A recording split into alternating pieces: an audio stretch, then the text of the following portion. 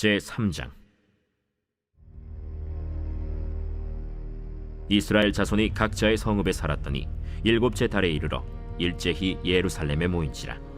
요사닥의 아들 예수아와 그의 형제 제사장들과 스알디엘의 아들 스룹바벨과 그의 형제들이 다 일어나 이스라엘 하나님의 제단을 만들고 하나님의 사람 모세의 율법에 기록한 대로 번제를 그 위에서 드리려 할세, 무리가 모든 나라 백성을 두려워하여 제단을 그 터에 세우고 그 위에서 아침 저녁으로 여호와께 번제를 드리며 기록된 규례대로 초막절을 지켜 번제를 매일 정수대로 날마다 드리고 그 후에는 항상 드리는 번제와 초하루와 여호와의 모든 거룩한 절기의 번제와 사람이 여호와께 기쁘게 드리는 예물을 드리되 일곱째 달 초하루부터 비로소 여호와께 번제를 드렸으나 그때 여호와의 성전 지대는 미처 놓지 못한지라. 이에 석수와 목수에게 돈을 주고 또 시돈 사람과 두로 사람에게 먹을 것과 마실 것과 기름을 주고 바사왕 고레스의 명령대로 백향목을 레바논에서 욥바 해변까지 운송하게 하였더라.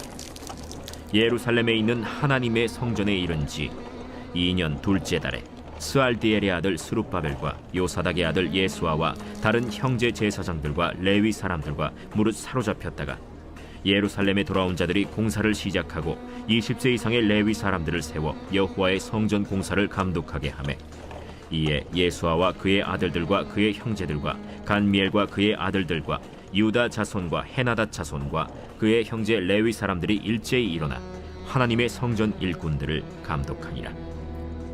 건축자가 여호와의 성전에 기초를 놓을 때 제사장들은 예복을 입고 나팔을 들고 아삽 자손 레위 사람들은 제금을 들고 서서 이스라엘 왕 다윗의 규례대로 여호와를 찬송하되 찬양으로 화답하며 여호와께 감사하여 이르되 주는 지극히 선하심으로 그의 인자하심이 이스라엘에게 영원하시도다. 하니 모든 백성이 여호와의 성전 기초가 놓임을 보고 여호와를 찬송하며 큰 소리로 즐거이 부르며 제사장들과 레위 사람들과 나이 많은 족장들은 첫 성전을 보았으므로 이제 이 성전의 기초가 놓임을 보고 대성통곡하였으나 여러 사람은 기쁨으로 크게 함성을 지르니 백성이 크게 외치는 소리가 멀리 들리므로 즐거이 부르는 소리와 통곡하는 소리를 백성들이 분간하지 못하였더라.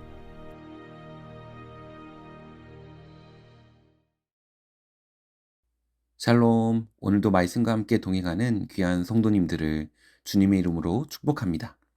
말씀이 우리의 힘이며 우리의 능력임을 믿습니다. 오늘도 말씀을 통해 하나님의 선하심을 맛보고 경험하는 하루가 되시기를 소망합니다. 오늘 우리가 함께 나눌 말씀은 에스라 3장입니다.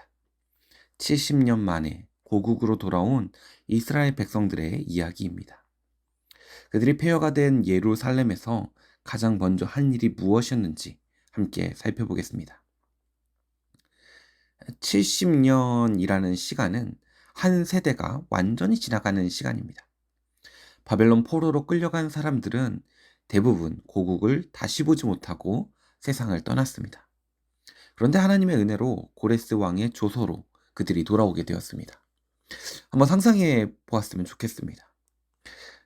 부푼 마음으로 기대함으로 돌아왔는데 그들 눈앞에 있는 것은 무너진 성벽, 불탄 성전터, 잡초가 무성한 거리, 폐허였습니다. 만약 우리가 고국으로 돌아온 이스라엘 백성이라면 무엇부터 하였겠습니까? 집부터 지어야 하지 않았겠습니까?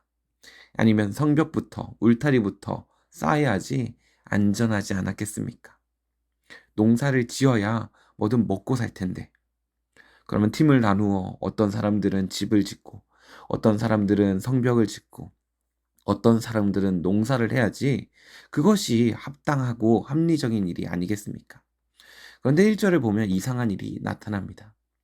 이스라엘 자손이 그 성읍들에 거주하였더니 일곱째 달에 이르러 그들이 일제히 예루살렘에 모인지라. 일제히 모든 사람이 한 사람처럼 한 자리에 모였습니다. 무엇을 하기 위해서였을까요? 2절 말씀을 보면 나옵니다.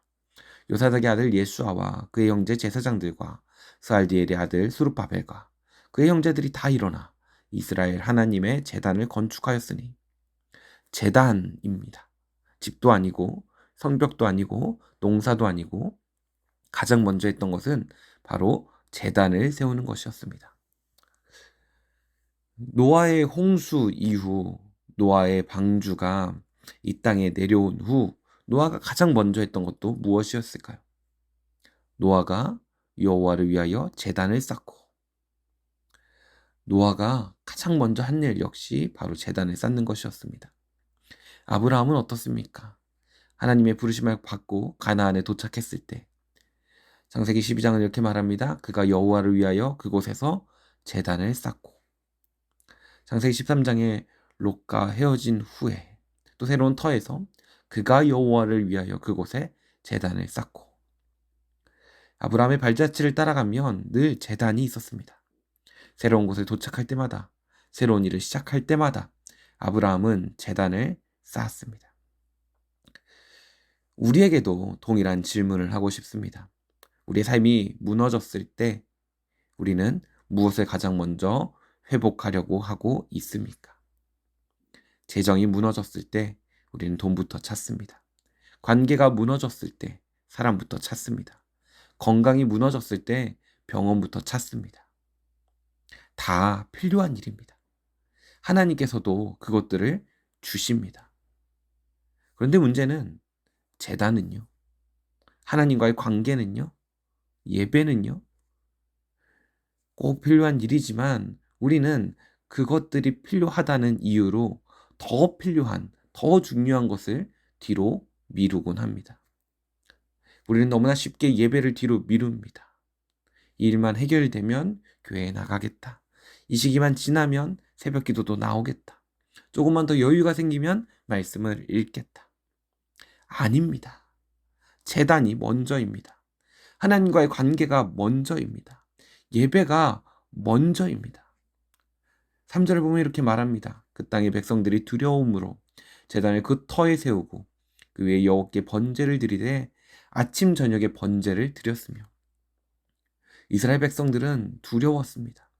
주변 민족들이 위협을 했고 언제 공격당할지 모르는 상황이었습니다. 더 중요한 것들, 더 민감한 것들이 있었음에도 불구하고 그들이 가장 먼저 한 것은 제단을 세운 것입니다. 우리의 예배는 어떠합니까? 우리와 하나님과의 관계는 어떠합니까? 평안할 때는 교회를 잘 나오지만 어렵고 심각해지면, 또 사업이 급박해지면 주일에도 가서 일을 해야 되고, 또 여러 가지 이유가, 여러 가지 상황이 우리의 예배를, 우리의 하나님과의 관계를, 하나님께 나아가는 걸음을 막고 있지는 않은지 되돌아보았으면 좋겠습니다. 그들은 두려움 속에서도 제단을 세웠습니다. 왜냐하면 그들은 하나님과의 관계가 회복되지 않으면 다른 모든 것을 회복해도 소용이 없다는 것을 알았기 때문입니다. 하나님이 함께 하시지 않으시면 아무리 했어도 헛수고라는 것을 알았기 때문입니다. 시편 110편 1절 말씀, 여호와께서 집을 세우지 아니하시면 세우는 자의 수고가 헛되며 여호와께서 성을 지키지 아니하시면 파수꾼에 깨어 있음이 헛되도다. 제단이 먼저입니다. 예배가 먼저입니다. 하나님이 먼저입니다. 그들은 제단을 먼저 세웠습니다. 4절을 보면 기록된 규례대로 초막절을 지켜 번제를 매일 드리되 정한 규례대로 날마다 드릴 것과. 기록된 규례대로, 이 표현이 매우 중요합니다. 2절에도 하나님의 사람 모세의 율법에 기록된 대로, 기록된 대로, 기록된 규례대로, 정한 규례대로, 3번이나 반복되는 이 말씀들 왜 이렇게 강조될까요? 왜냐하면 그들이 70년 전에 왜 망했는지 알았기 때문입니다. 하나님의 말씀을 무시했기 때문입니다. 하나님의 규례를 지키지 않았기 때문입니다. 그래서 이제 다시 새로운 시작에는 철저히 말씀대로 하겠다는 것입니다. 사울왕은 사무엘상 13장 말씀에 블레셋과의 전쟁을 앞두고 사울이 번제를 드렸습니다. 그런데 하나님은 진노하셨습니다. 왜요? 말씀대로 하지 않았기 때문에. 사무엘을 기다리라고 했는데 자기 마음대로 했습니다. 급하기 때문에, 백성들이 흩어진다는 이유로 자기 방식대로 했습니다. 그 결과 사무엘상 13장 14절, 지금은 왕의 나라가 길지 못할 것이라 왕위를 잃게 되었습니다. 오늘 우리는 어떻습니까? 누군가는 이렇게 말합니다. 목사님, 마음만 있으면 되는 거 아닙니까? 목사님, 형식이 중요한 게 아니라 중심이 중요한 거 아니겠습니까? 목사님, 시대가 변했습니다. 왜 여전히 옛날 방식을 고집하십니까? 맞습니다. 중심이 중요합니다. 맞습니다. 하나님은 사랑이십니다. 그런데 진짜 중심이 있으면 형식도 따라옵니다. 진짜 사랑이 있으면 순종도 따라옵니다. 진짜 사랑하면 그 사람이 원하는 방식으로 표현하게 됩니다. 진짜 사랑하면 그 사람이 기뻐하는 것을 하려고 합니다. 그래서 우리가 하나님을 진짜 사랑한다면 하나님이 원하시는 방식으로 예배를 드리는 것입니다. 6절과 7절 말씀을 보면 이렇게 말하고 있습니다. 석수와 목수에게 돈을 주고 또 시돈 사람과 두로 사람에게 먹을 것과 마실 것과 기름을 주어 백향목을 수운하게 하였으니 시돈 사람, 두로 사람 모두 이방인들입니다. 성전을 짓는데 이방인들의 도움을 받았습니다. 하나님의 일은 혼자 하는 것이 아닙니다. 1절을 다시 보면 일제히 한 사람처럼 모였습니다. 나중에 느헤미야가 성벽을 재건할 때도 마찬가지입니다. 느헤미야 3장을 보면 각 가문이 각자의 구역을 맡아서 함께 일했습니다. 어떤 사람은 양문을 수리하고 어떤 사람은 어문을 수리하고 어떤 사람은 자기 집 앞을 수리했습니다. 함께 각자의 자리에서 그래서 52일 만에 성벽이 완성되었습니다. 혼자라면 불가능했습니다. 신앙생활은 결코 혼자 할 수 없습니다. 누군가는 유튜브로, 누군가는 혼자 기도하는 게 더 은혜된다라고 말하지만 히브리서 10장 25절은 이렇게 말합니다. 모이기를 피하는 어떤 사람들의 습관과 같이 하지 말고 오직 권하여 그날이 가까움을 볼수록 더욱 그리하자. 함께 모여야 합니다. 함께 예배해야 합니다. 함께 기도해야 됩니다. 우리의 삶에 지금 무엇이 중요하고 무엇을 놓치고 있습니까? 무너진 우리의 삶의 모습들이 있다면 이제 회복해야 합니다. 그 시작은 제단입니다. 예배를 회복해야 합니다. 하나님과 관계를 회복해야 합니다. 문제가 먼저가 아니라 다른 그 무엇보다도 하나님이 먼저입니다. 그래서 말씀대로 나아가야 합니다. 성전을 함께 세워줬듯이 함께 가야 합니다. 전도서 4장 9절로 10절은 이렇게 말합니다. 두 사람이 한 사람보다 나음은 혹시 그들이 넘어지면 하나가 그 동물을 붙들어 일으키려니와. 함께 가는 이유는 함께 가야 넘어져도 일어설 수 있기 때문입니다. 혼자 가면 빨리 가지만 함께 가면 멀리 갑니다. 제단 앞으로 나아올 때 나 혼자 나오는 것도 중요하지만 이제 함께 나아갑시다. 하나님이 기뻐하시는 모습으로 함께 세워가는 우리가 되기를 소망합니다. 이 시대의 수룹바벨이 우리가 되었으면 좋겠습니다. 기독교가 점점 종교가 되어져 가고 기도가 형식이 되어져 가고 예배는 옵션이 되어져 갑니다. 하나님 앞에 나아오는 이 시간들, 이 시대에 무너진 것들을 다시 세우는 사람들이 이 시대의 수룹바벨이 바로 우리가 되기를 소망합니다. 오늘 말씀을 통해 우리의 삶을 되돌아보았으면 좋겠습니다. 혹시 오랫동안 형식적인 예배만 드리진 않았습니까? 혹시 하나님과의 관계가 멀어지진 않았습니까? 혹시 우리의 신앙이 식진 않았습니까? 괜찮습니다. 오늘 다시 시작하면 됩니다. 오늘 다시 제단을 세우는 우리가 되길 소망합니다. 다시 하나님 앞에 나아갑시다. 하나님은 우리를 기다리고 계십니다. 하나님은 우리의 기도를 듣고 계십니다. 함께 기도하겠습니다.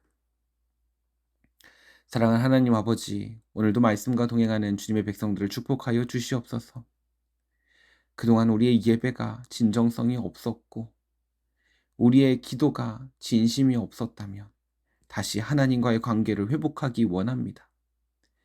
다른 그 무엇보다 하나님이 먼저이어야 함을 머리로는 알면서도 여전히 내 가슴 속에 하나님이 뒷순위였다면 하나님 이제 우선순위를 회복하게 하여 주시옵고 예배가 회복되게 하여 주시옵고 하나님과의 관계가 회복되게 하여 주시옵소서. 또 좋은 동력자들을 붙여주셔서 함께 하나님 앞으로 나아가기 원합니다. 함께 하나님 앞에 서기 원합니다. 함께 나아가는 은혜를 더하여 주시옵소서. 하나님께서 우리에게 붙여주신 좋은 동력자들과 함께 하나님이 기뻐하시는 예배를 드리는 우리가 되기를 소망하며 우리 주 예수 그리스도의 이름으로 기도합니다. 아멘. 오늘 말씀을 붙들고 또 오늘은 특별히 예배를 위하여 함께 기도하며 나아가겠습니다.